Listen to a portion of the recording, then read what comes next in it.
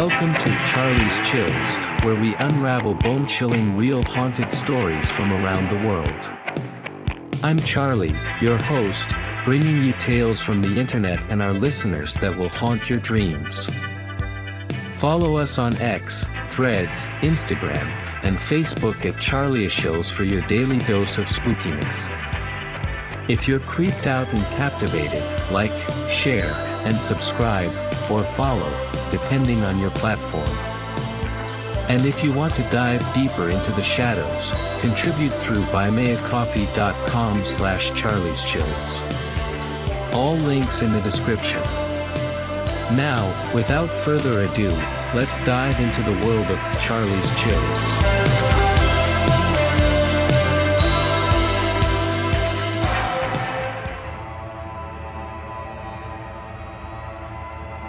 Allow me to introduce myself. I'm Lara, and I'm compelled to recount a spine-chilling experience that unfolded at my block on Marseilling Road. This encounter left an indelible mark on my soul, one that I can still vividly recall despite the passage of time. The year was 2012, and I was a 25-year-old, gainfully employed at a cinema in the bustling town area. The events of that night, etched into my memory, began to unfold after I'd finished my shift, which concluded around 2 in the morning. As I made my way to Marseilling, the clock inched closer to 3:30. I decided to stop at the nearby petrol station, situated just across the road, to procure a pack of cigarettes. With this errand complete, I turned my steps homeward, meandering up a sloping path that led to my block. It was during this nocturnal journey that I cast my gaze upward, only to be confronted by a sight that would haunt my dreams. On the 5th level, if memory serves me correctly, something inexplicable streaked past the kitchen windows. What it was, I couldn't ascertain, for it moved with startling speed, too swift for any bird or bat. Overwhelmed by a creeping sense of unease, I hastened my pace and hastened to reach the lift lobby. Yet, even at the void deck, an eerie sensation gripped me, as if unseen eyes bore into my very soul. I scanned my surroundings. Not a soul stirred in the quietude of the night. This overwhelming sense of an ominous presence drove me to mutter silent prayers under my breath. Finally, the elevator arrived, and with a trembling heart, I stepped within. Time seemed to crawl as I clung to my whispered invocations, and the lift's journey to my floor felt interminable. Once the doors slid open, my ordeal was far from over. Upon disembarking, I was tasked with traversing the corridor to my unit, a mere 2 doors removed from the stairwell landing. The unshakable feeling of being pursued persisted, and even as I journeyed home, I maintained a steady stream of prayers. I dared not glance behind me and carefully avoided meeting the gaze of the staircase landing ahead. My eyes remained fixed on the floor, the corridor's silence oppressive. Suddenly, my world was rocked by a guttural, echoing voice that reverberated just before me. I dared to look up, and the sight that greeted me nearly arrested my heart. Hovering near the staircase landing was the severed head of a woman, her hair cascading like a waterfall, framing a demonic visage. Bulging eyes fixated upon me, and her lips curled into a grotesque snarl. With a chilling finality, she turned and soared into the night, vanishing from sight. Panic consumed me as I fumbled frantically with my keys, finally gaining entry to my home. Once safely within, I released a trembling sigh of relief. Despite the horrors I'd witnessed, exhaustion eventually claimed me, and I drifted into an uneasy slumber. The following day, I mustered the courage to share my nightmarish ordeal with my mother. Her response would send shivers down my spine. Maxic told me about the flying head too. She believes it's a malevolent entity tied to someone who practices dark magic. She saw it lurking outside her kitchen window recently, and the way you've described it aligns perfectly with her account. Be vigilant from now on, my mother cautioned, her face etched with genuine concern. Thankfully, I never again beheld that nightmarish flying head. Nevertheless, the harrowing experience left an indelible mark on my psyche. I made the decision to leave my job at the cinema, opting for employment at a retail store. No longer would I return home after midnight, ensuring I was safely within my abode by 10 p.m.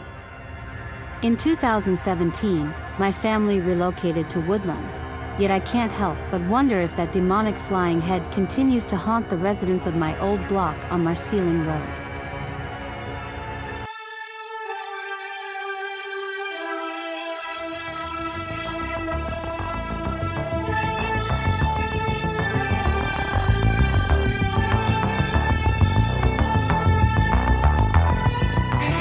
Ladies and gentlemen, we've just ventured into another eerie tale from the depths of the unknown.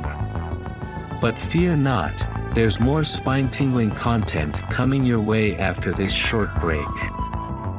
While we take a breather, remember to follow us on X, formerly Twitter, Threads, Instagram, and Facebook, at Charlieshills, to stay updated on all things supernatural. If you've been enjoying these chilling stories, be sure to like, share, and subscribe, or follow, depending on your platform, so you never miss a heart-pounding episode. And for those brave souls who want to support our quest for the paranormal, consider contributing through buymeacoffee.com/charlieschills. So, don't wander too far.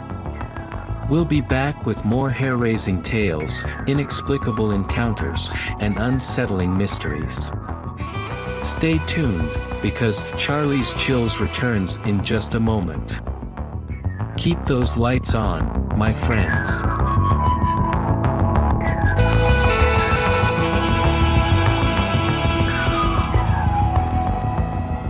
I have a story to recount, a chilling tale involving my uncle that transpired in the ominous year of 1992. At that time, I was a mere 11 years old, caught in the perplexing whirlwind of family drama. It all began with a haunting call from my grandmother, her voice trembling with dread. She conveyed a grim message: my uncle's condition was deteriorating at an alarming rate, and the specter of his impending demise loomed ominously. For nearly 4 agonizing months, he had been ensnared in the clutches of a mysterious ailment. Once a robust, strapping man, he had withered away, reduced to a mere skeleton, barely hanging onto life's precipice. Eating had become an ordeal, a cruel ritual followed by relentless bouts of vomiting. The cause of his affliction remained shrouded in uncertainty, with conjectures ranging from an enigmatic ailment to dark sorcery. My father, however, warned against dwelling on such grim thoughts and instead urged us to pray fervently for my uncle's recovery. As twilight descended, we reached my uncle's residence around 5 p.m., joining a somber congregation of anxious relatives. A pervasive sense of foreboding hung heavily in the air. My uncle lay in his bed, his frail frame heaving as if engaged in a desperate struggle for breath. His pallid face mirrored his torment, but what he claimed to see was infinitely more harrowing, a grotesque, malevolent woman lurking in the room's shadowy recesses, her menacing gaze locked onto him. It was a sight that seared into our minds, a disheartening testimony to his suffering. I sought refuge in the living room, sharing my disquiet with my bewildered cousins. The minutes crawled by, fraught with tension and uncertainty. It wasn't long before my third uncle arrived, accompanied by an ustadz, a revered Muslim cleric. They entered my uncle's room, their voices muffled by the closed door. Outside, we waited in agonizing suspense, each moment weighed down by unspoken questions. My grandmother, her face etched with anguish, sobbed inconsolably. Then, piercing the oppressive silence, my uncle's agonized screams rent the air. And just as suddenly, they ceased. The eerie quiet that followed was almost unbearable, sending shivers down our spines. My grandmother's tears flowed unchecked as my mother held her close. Finally, the bedroom door creaked open, and my third uncle emerged, bearing bewildering news: my uncle was well, unharmed. It was a revelation that left us all astounded. I ventured into the room alongside my grandmother, and there he was, sitting up as if nothing had happened, my father steadfastly by his side. My grandmother embraced him tightly, and I overheard him utter these words to her: "Mac, I'm starving." Relief washed over us like a tidal wave, knowing that my uncle had emerged from the abyss of suffering. The Ustads, before departing, urged my uncle never to neglect his prayers, a poignant reminder of his deliverance. Years later, the full story unraveled before me. My uncle had been ensnared in the clutches of black magic, a malevolent force, a pulong, sent to torment him. What had initially masqueraded as a medical enigma had left doctors baffled. Traditional and alternative treatments had proved futile until my father and third uncle sought the aid of the Ustads. The black liquid in the plastic bag my third uncle carried was my uncle's vomit, expelled during the Ustads' intervention and subsequently disposed of according to ritual. The perpetrator behind this dark sorcery was none other than my uncle's closest friend, a revelation that left my uncle saddened and disappointed rather than vengeful. He chose to forgive his friend, entrusting his fate to Allah. A year after this harrowing ordeal, my uncle regained his health, and in 1993, right after Hari Raya Eid al-Fitr, he celebrated his marriage. Blessed with beautiful children, he embraced life with newfound vigor, leaving the haunting specter of that dark chapter behind him.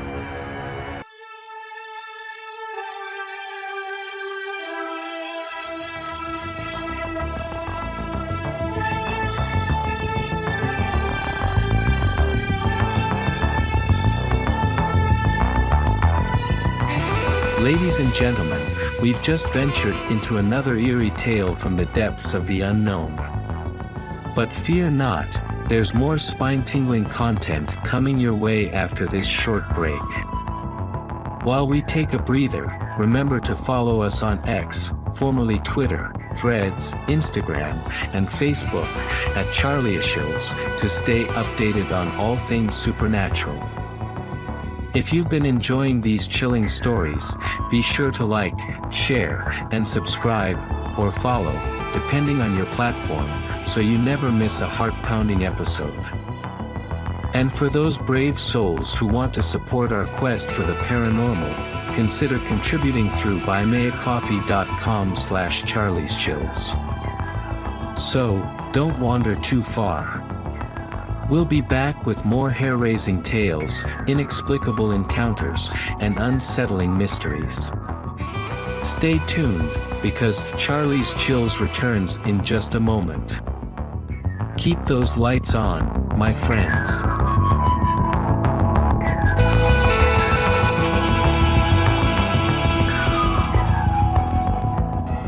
It was the eerie hour of 2:30 a.m., a time when darkness enveloped the world outside. I found myself in the dimly lit living room, engrossed in the glow of my laptop screen. My wife and our 3-year-old son lay peacefully asleep in the stillness of the night. Unbeknownst to me, time had slipped away unnoticed, and the clock's relentless march towards morning was well underway. Finally, I decided to call it a night, shutting down my laptop and extinguishing the living room's lone source of light.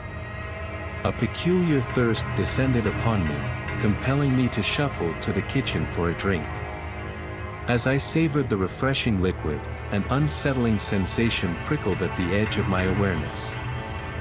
The sound of tiny footsteps echoed through the silence, resonating clearly in the uncarpeted living room and beyond. I pondered that my son must have stirred from his slumber, a frequent occurrence. Often, when he awoke and failed to find me in our bedroom, he would embark on a nocturnal quest to locate his father. However, what unsettled me was the peculiar cadence of those footsteps, sounding not like the cautious tread of a child but rather the erratic patter of one in a hurry. "Aiden! what are you up to? Papa's here in the kitchen, I called out into the darkness, my voice trembling with an uneasy anticipation. And then, as swiftly as they had begun, the footsteps ceased, as if swallowed by the very shadows that concealed their source. I continued, coaxing my son to return to our room, my words hanging in the heavy air. But my pleas were met with an unsettling silence. Did he perhaps choose to conceal himself in the living room's obscurity? My patience waned, my weariness mounting, all I yearned for was a peaceful night's sleep. Without further ado, I ventured into the dim living room, my heart pounding with trepidation. There, before my horrified eyes, stood a child, though not my own, but a nightmarish apparition of one. Its eyes loomed large in its pallid face, a malevolent grin stretching unnaturally across its features. Panic overtook me, and I fled to the bedroom, hastily bolting the door. My trembling hands sought refuge by clutching my wife and son close, an instinctive attempt to shield them from the ominous presence that had intruded upon our home. The moments crawled by, each one laden with terror. Exhaustion eventually conquered my fear, and I drifted into an uneasy slumber around 6 a.m. I chose to keep this harrowing experience to myself, fearing to burden my wife with such unsettling thoughts. Fortunately, that nightmarish encounter would remain a singular event, consigned to the darkest recesses of my memory.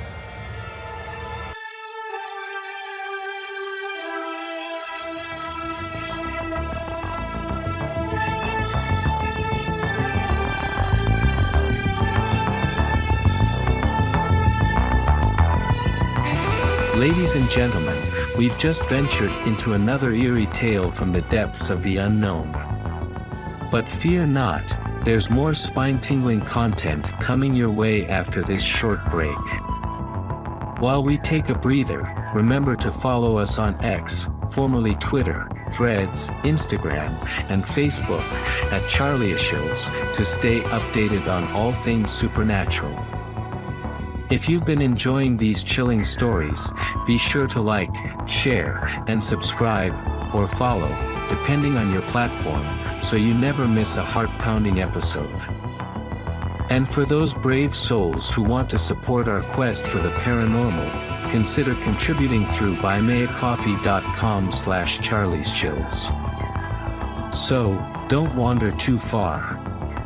We'll be back with more hair-raising tales, inexplicable encounters, and unsettling mysteries. Stay tuned, because Charlie's Chills returns in just a moment. Keep those lights on, my friends.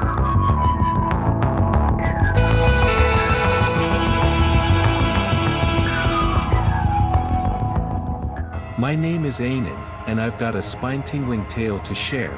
One that unfolded back in 2009 during a fishing excursion with my buddy, Razy, at Ishwin Dam. The night beckoned us with its calmness, the sky free of any moonlight. I opted to venture out with my childhood friend, Razy, who happened to be off duty that evening. I arrived at our chosen spot around 9 p.m., eagerly anticipating Razy's arrival. Minutes later, Razy joined me, bearing some delectable snacks for our fishing adventure.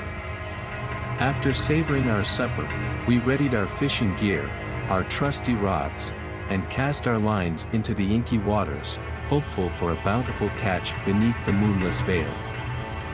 As the clock neared 11 p.m., the two of us persevered, yearning for a noteworthy catch.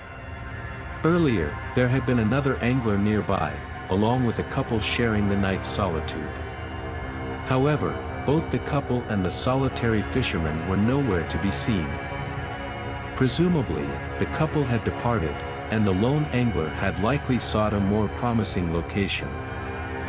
I suggested to Razy that we linger a bit longer, perhaps for another 20 minutes. But suddenly, an urgency gripped Razy, and he insisted we pack our belongings post-haste. Perplexed by his abrupt agitation, I inquired about the cause. "There. Can you see it?" Razy exclaimed, pointing just 3 meters ahead of us, where something otherworldly had materialized, hovering eerily above the water's surface. My eyes couldn't believe the spectral sight before me. It was an ethereal female figure draped in luminous white, suspended right in front of us. Her face radiated an eerie glow, and I could discern her malevolent eyes, her unhinged smile revealing menacingly sharp teeth. What's more, Razy too bore witness to this unearthly visage as it floated, an apparition defying all reason, above the water. Without hesitation, we hastily gathered our gear and made our escape. Our much-anticipated night of fishing had abruptly turned into a nightmarish encounter that neither of us would ever forget.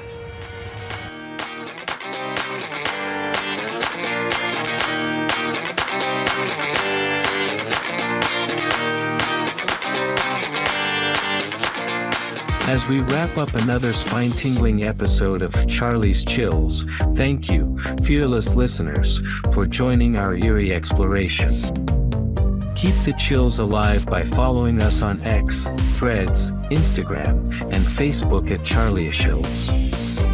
Like, share, subscribe, or follow, and stay connected. For those who dare to venture further, consider contributing through buymeacoffee.com/charlieschills. Your support fuels our haunting tales. Find all the links in the description. Stay haunted, stay curious, and stay tuned for more chilling stories. This is Charlie, signing off.